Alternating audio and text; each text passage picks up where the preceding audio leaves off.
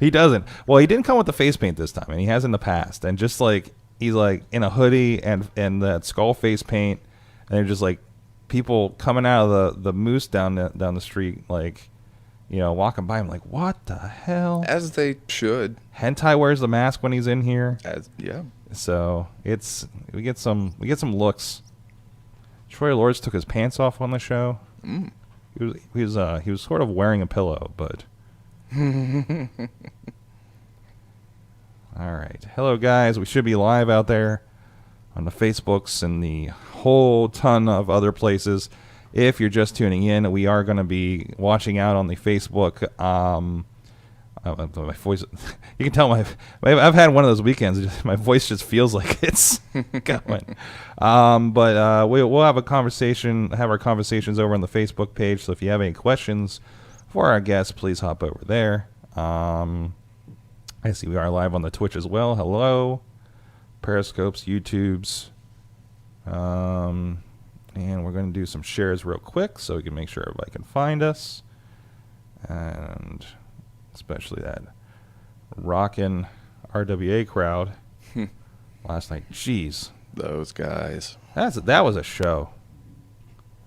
That's always a show. That was a show and a half. Jeez.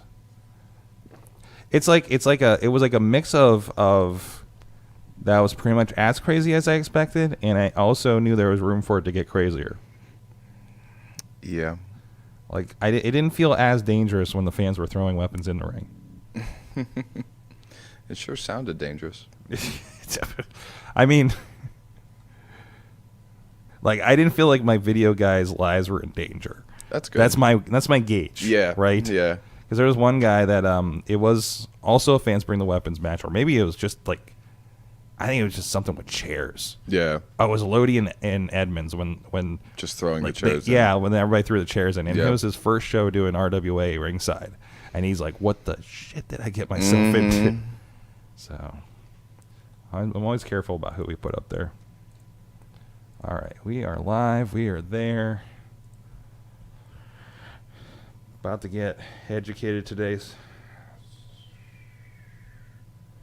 Daniel's in the chat room says Edwinn is a great wrestler to watch. That's pretty true. You got fans out there already. This is good. They're waking up on Sunday for you. Well, what else do they have to do? That's true. Church is let out. Yeah, church is let out. Church is let out. It's kind of the perfect time. Everybody had their brunch. I'm not going to compete with church. So why would you want to? Exactly. Nobody wants to compete with church. I don't know. Church, Sunday morning was when I watched my wrestling growing up. Yeah. Yeah, that's where you can catch up. Sunday morning is perfect for that catching up on whatever you need to watch. So it's kind of rare. Sundays are perfect because Sundays are like where you would get your Walking Deads and your prime time. Like Sunday is one of the last scheduled television. Like you have to tune in on Sunday. Or like the Super Series are still at. Yep. Exactly. All right. I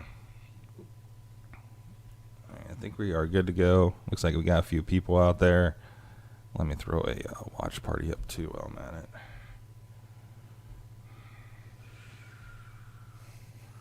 And throw this over on the Mayhem show. Nope. That's the wrong button. And again, if you're in the chat room, especially on the Facebook, if you want to drop any questions here, I may not get them right away, but we will be fitting them in the show as we go here. So this is your chance to learn. This is your chance to ask the teacher questions directly. That's right.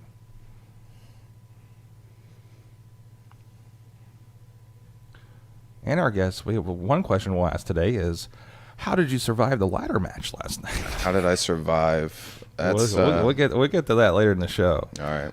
But it's definitely a good one because it was a packed show, so I kept forgetting how many people were in the ladder match. Yeah.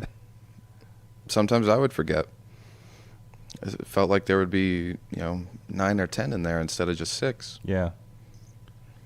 Got crowded. Once again, a ladder match. I didn't feel like everybody was in danger. It was great. Okay, well, not on our end.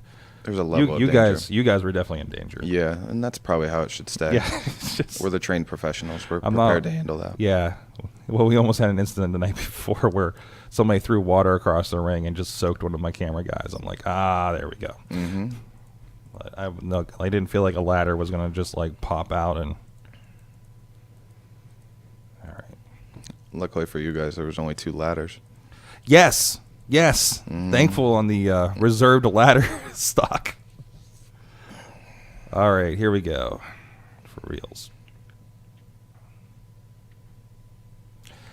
Hey guys, it is the Indy Mayhem Show. I'm Mike Sorg at Sorgatron on the Twitter, and my voice is very raw because it is coming off of a couple of days of some pretty crazy wrestling shows, doing some video production. But we are here. This is a show where we talk about people in and around independent professional wrestling. You can check out everything at WrestlingMayhemShow.com and IndyWrestling.us for past episodes and a lot of great interviews of this program over the years. And of course, subscribe to it on your iTunes or your Google Podcasts or wherever you like to do the podcast thing, or find it on YouTube and the Facebook. Yeah, that's the thing, the Facebook with IndyWrestling.us. That's, of course, where we do go live there, amongst other places, but the conversation is happening over on the Facebook page. So follow IndyWrestling.us, Wrestling Mayhem Show on Facebook, so you can get those notifications when we do go live and when you see events for who's coming up as well. Also, if you have any questions for anybody that we have promoted coming up on those sites, you can drop us a line at goodtimes@wrestlingmayhemshow.com or 412-206-WMS0, as well as, hey, we can only watch so much wrestling, and apparently there's like twice as much wrestling as there was like a year ago, and it's just growing. So if there's anybody that we're missing out on that you think would be a great conversation for the show, please hit us up on those lines as well. We are taking requests and trying to schedule those out too. We've had a lot of great surprise interviews thanks to fan submissions as well. So it's Sunday as we're recording this, and while it may not be a school day, we are going to get educated today as the professor, Jakob Edwinn, is with us here in the studio. Thank you for joining us. Hey, thank you for having me.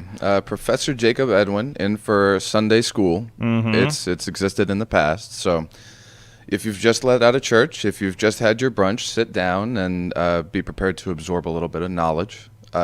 If you pay close attention, you might just be able to slip and fall and accidentally become a better wrestler, a better wrestling fan. There's lots of things that you can improve upon just by listening to me. Mm-hmm. This podcast is going to raise the collective IQ of your entire social media following. I'm looking forward to it. Thank you for blessing us with your presence. I appreciate it. I guess first off, like we should mention, you are coming right off of a pretty hellacious ladder match last night. I believe it was a 6-way ladder match for a contract for number 1 contendership. Unfortunately, you didn't secure the win, but it was a very crowded front up there. Yeah, it's that was 6 of the top competitors in RWA. Make no mistake, I tried my best, and it's something I've posted on Facebook and Instagram before. You may be able to beat me, but you're going to have to absolutely destroy me. I was, picked up. Jason Raditz picked me up with a ladder. Yeah, and gave me a jawbreaker. So if my speech is a little slowed down, I may not have gotten ice on it fast enough, and then just after, shortly after that, I was superplexed to the outside on top of about 10 people. So I may not have won, but they really had to put me away.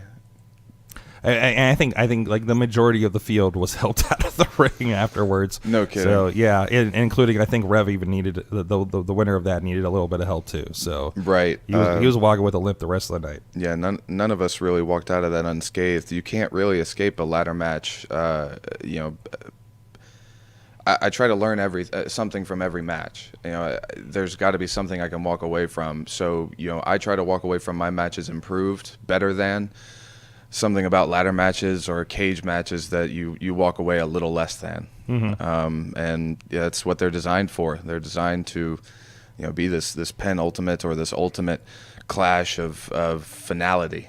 And a ladder match is one of our highest tests of a pro wrestler. Not just obviously their smarts. I think a lot of wrestlers don't test their smarts these days, but test of physical acumen. The common man has had a fight on the street.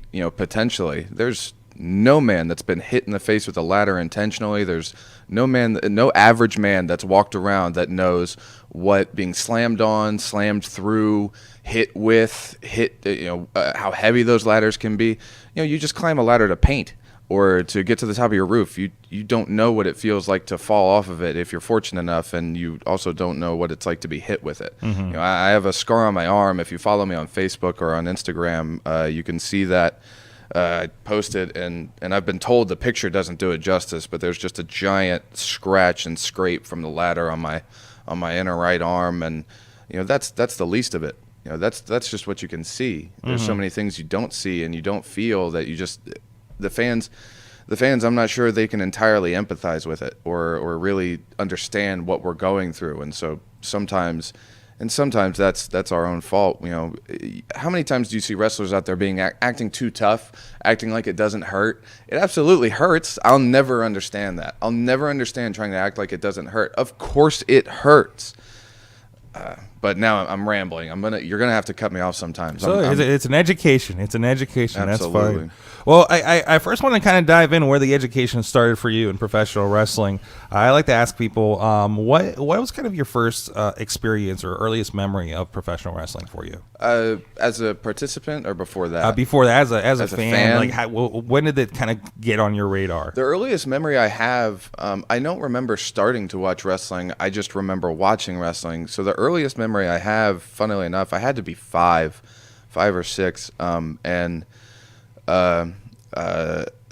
we were staying with somebody, and a friend of mine and I put a $1 bet on The Rock and Stone Cold, and I unfortunately bet on The Rock, and he lost.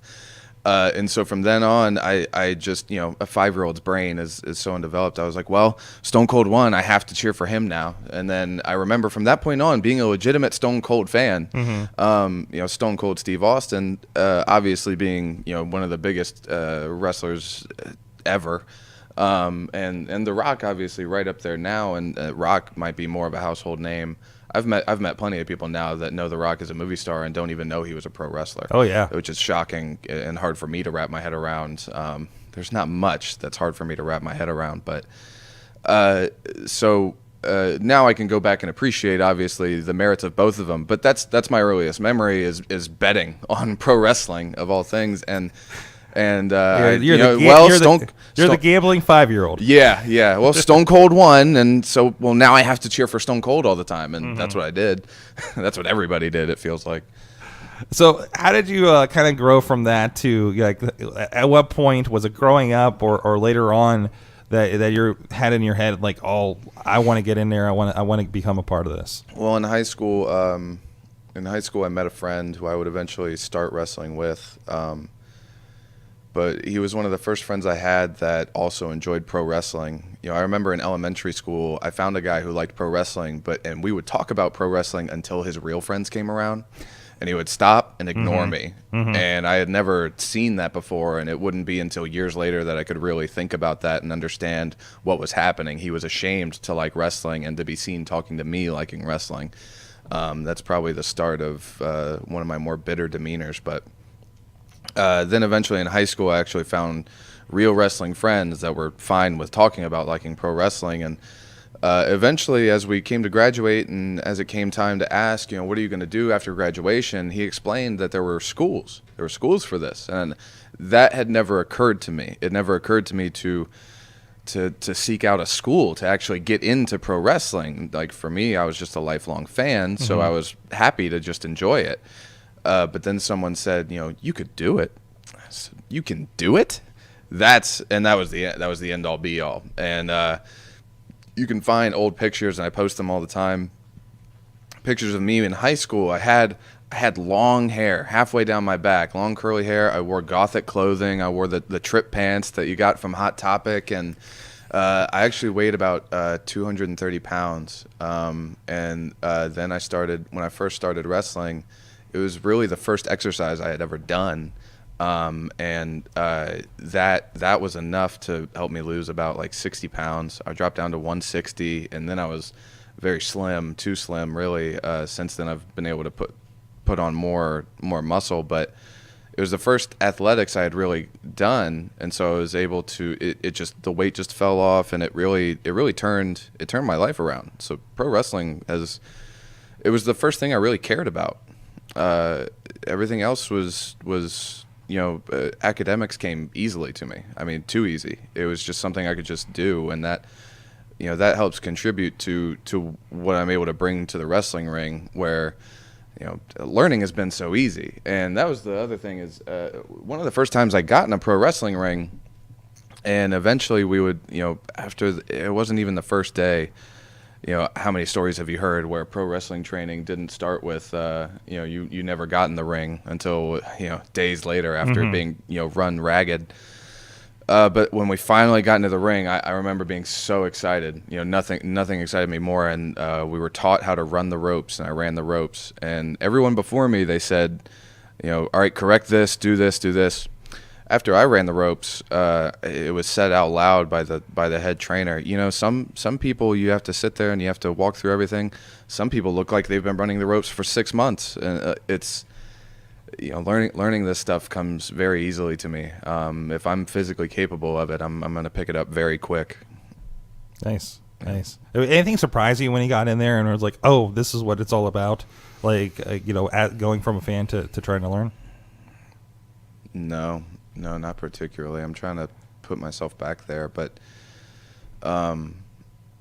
it was really everything I wanted it to be.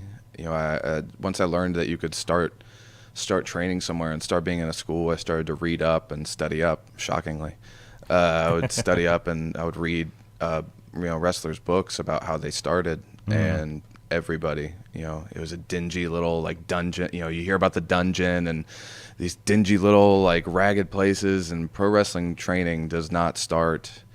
Unless you start in the performance center, it does not start shiny and new. It's much more like a Rocky movie. It's very humble beginnings, and so that's what I wanted. I wanted every great started out with those humble beginnings, and that's what I wanted. So I was very happy to see that. And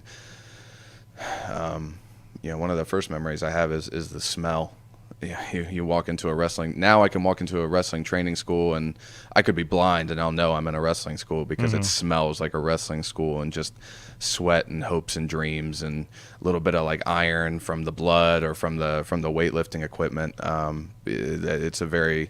Now it's almost intoxicating, but surprises, no, not particularly. I mean, you can never fully prepare for the characters you're going to come across in pro wrestling, just the types of people that it attracts and the types of people that try to do this all the time. I have never met people more eclectic than a wrestling group. I've met stand-up comedians. I've met bands. I've met people that would be, those are the most comparable lines of work. As far as comparisons of travel and how you start and how you gain success, there's a lot of ability in it, but then there's a lot of luck and who and I can really identify with a lot of comedians, stand-up comedians, and artists, musical artists that I meet and come across because we have similar weekend plans, and but even of all the artists and comedians I meet, wrestling still. Nobody holds a candle to the types of characters and people you're going to meet that are trying to become pro wrestlers and try to become these larger than life people. So this presentation of the as the professor, was this something that kind of came from the beginning of it, or was it developing over time as you kind of got in the ring and started traveling and doing this? Well, it was always present. It was always something. The professor is so me. But of course, you're told not to be you when you first start. All of the greats will say, and you've heard it over and over. The best characters or the best things you see out there are yourself turned up to 11. That's what you hear. But then when you start and you try to be yourself, you don't know what that is. You don't know what that looks like. You don't know what that feels like. So I was given something entirely off. I mean. My very first match, if you can call it that, I still had the long hair, and so my uncle lovingly told me, he's like, you know what you should be? You should be the Grateful Fred. this like hippie thing. And you know, I wasn't even that familiar with the band, the Grateful Dead, so I didn't really know what to do with myself. But you know, so it very unofficially, the very first match I ever had, I was the Grateful Fred, and trying to throw up peace signs, and I was very ill prepared in a lot of ways. But you know, later on, when I had a little more control over it, you can find matches with this name. I started out as Jacob Young. And eventually that would become the Marvel Jacob Young, because I was a big Marvel fan, and I still am.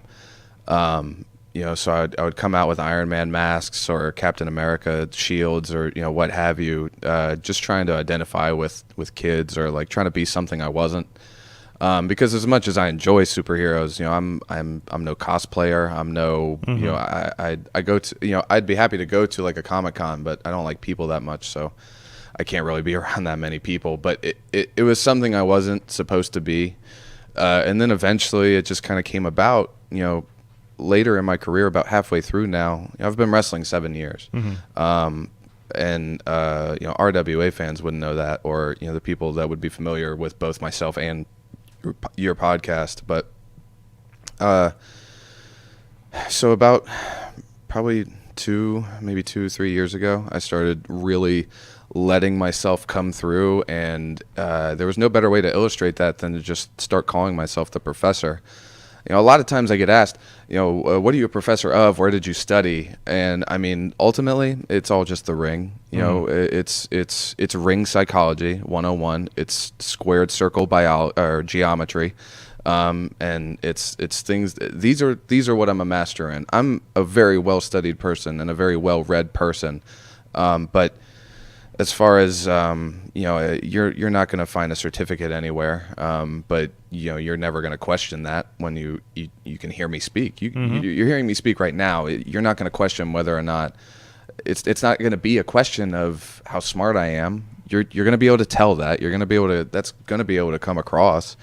You know, I am the professor, and that is me. So it eventually just came out throughout the years. So no, it wasn't my whole career, and that maybe slowed me down, but it was time. It was time to be the professor. It came about when it was supposed to come about. I'm willing to believe that, and the right people have seen that. It's come across, and I don't know how many times backstage I was called a professor before I was called that on stage. You know, just people amazed by my knowledge or my quick wit, or you know, encyclopedic knowledge sometimes of pro wrestling. And there's always more to learn. There's always more to study. You know, and I keep going. It's easiest to go back by decade, and you know, and that also comes from listening to the greats and understanding the greats and the more knowledgeable people. You know, I have some of my friends can absolutely beat me in wrestling knowledge, and so I just listen to them a lot, and so I try to absorb what I can from them. So I've seen this personally. You know, the bulk of what I know about you is from being at RWA, and you've been there for, I think, 2 to 3 years at this point. Does that seem right? 2 years. Yeah. 2 years, yeah. And you know, I've seen it come out. Yeah, I think first with the faction, and now you're getting your own interview segment of sorts with Edwins Lessons. Yep. And I don't know too many places where they do more than send you out with a microphone to interview somebody. Like right. You have the chalkboard and like a set when you're out there, and some interesting things seem to happen there. Well, that's all by design as far as the set. I have seen places that use an interview segment, and all they do is 2 steel chairs that they had. And they just sit down and they have a microphone, and it's always something like the Love Shack with so-and-so, or the interview segment with what's his face. Nobody has a Geratron 5000. Right, and you know, you're not going to be able to have the Geratron everywhere, but I wanted to have something that I know I could take with me, and I can bring that. That's all mine. That's not, you know, that's something I paid for and I had, and ideas that I had, and I wanted to have Edwins Lessons because it's exactly like you said. You don't know how many places do that, and if I was going to do that, I was going to do it completely. And I'm happy to do that elsewhere, but a lot of places won't make the time for it. They don't really want to shake up or have the variety in their show that way. And I really enjoy doing it. I really like teaching. It's kind of perfect for me. I really like teaching. And so, and for some reason, the fans really don't appreciate it. And, I guess I come across as every teacher you didn't like in high school or in college. That's not something I'm trying to do. It's just kind of naturally me. I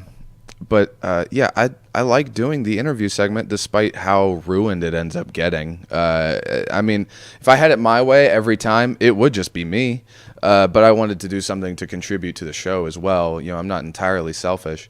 So I like having guests on, and it's either people that I respect, people that I consider a peer and that would be able to help me guest speak. Or it's people that I think really need to learn something. I don't know how many times I've tried to have Justin Idol on my show and teach him something, and it just will not get through to him. Yeah, definitely. He's been having some marital issues that I think that maybe got weirder last night with that. Also, I do recall when you had probably the most unruly students of Chris Taylor and the Rev Ron Hunt. Oh my goodness! Time. Class clowns. If I've wrestled actual clowns in Crazy Steve, they're the biggest clowns in pro wrestling.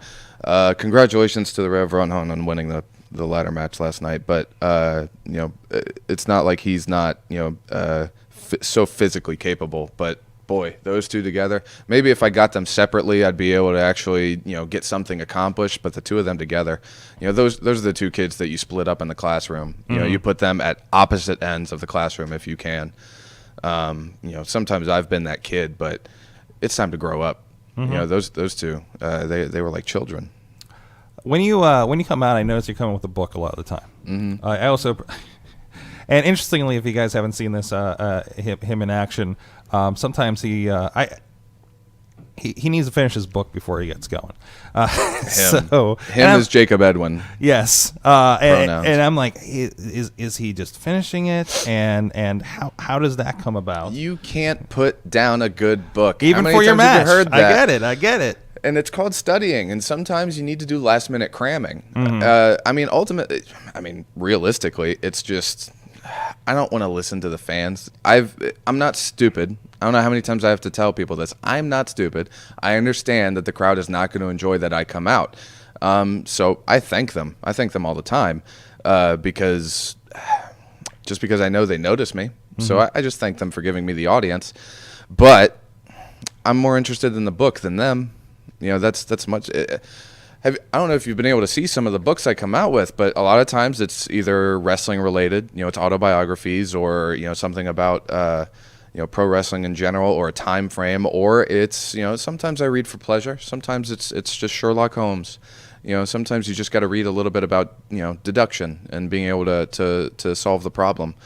That's a big thing about what I'm all about is solving problems. But yeah, ultimately, I'd rather read the book than listen to anybody in the crowd. It doesn't matter how loud they get, and they get very loud. Sometimes they get in my face. And here's another thing. While we're on the topic of fans and how annoying they are, I know you paid your money and everything, and I know that you're supposed to be able to say whatever you want, and that's great. But some take large liberties with that. Some take large liberties with that. I can't tell you how many little children have flipped me off, which just speaks to the parenting that they don't get, which is why I have to come out there and be their parent and be their teacher. But there's been a lot, every show I go to, this is the most unoriginal and wrong thing that I've gotten. Every show I go to, they call me Mr. Clean. I don't see it. I don't get it. I don't understand why they call me Mr. Clean. RWA has been the first one to bring props, though. Fans are bringing empty Mr. Clean bottles and pointing at me and pointing at that, and they're saying, it's like a mirror. It's like I don't see it. It's like a mirror. I don't get it. Personally, myself, I do not see it. But so if that could stop, because it's unoriginal. Everybody says it. And I don't know why everybody says it, but I don't appreciate it. Well, at least he come off in clean in nature. Yeah, there's no one else could fit that bill as far as just being squeaky clean in pro wrestling. No. Well, it's been really awesome to see you growing in RWA and growing into that fan base. So, what is the in your 7 years of wrestling? What is the best and the worst thing about indie wrestling for you? That's a touchy topic. As much as you'd like to say in public. Yeah, that's called a loaded question, kids. Best thing is the fun. You know, there's fun is the best thing to have, obviously. But why would we do this if it wasn't fun? Yeah, this is just what I've wanted to do, and sometimes I have to remind myself of that. This has been one of the few things that I care about since discovering wrestling, and at the time it was the only thing I care about. Now, you know, I've grown, I've come to care about a lot of other things, but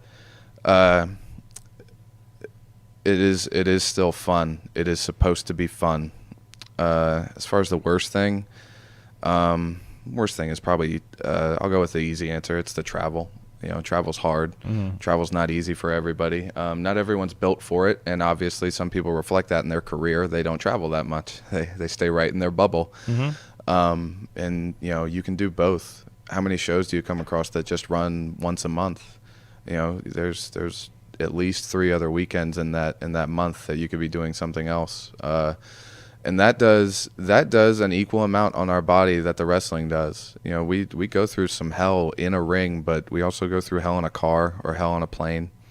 You know, if you're working out regularly and you're a certain size, you're not meant to be crammed in a car like we have to cram in a car so often.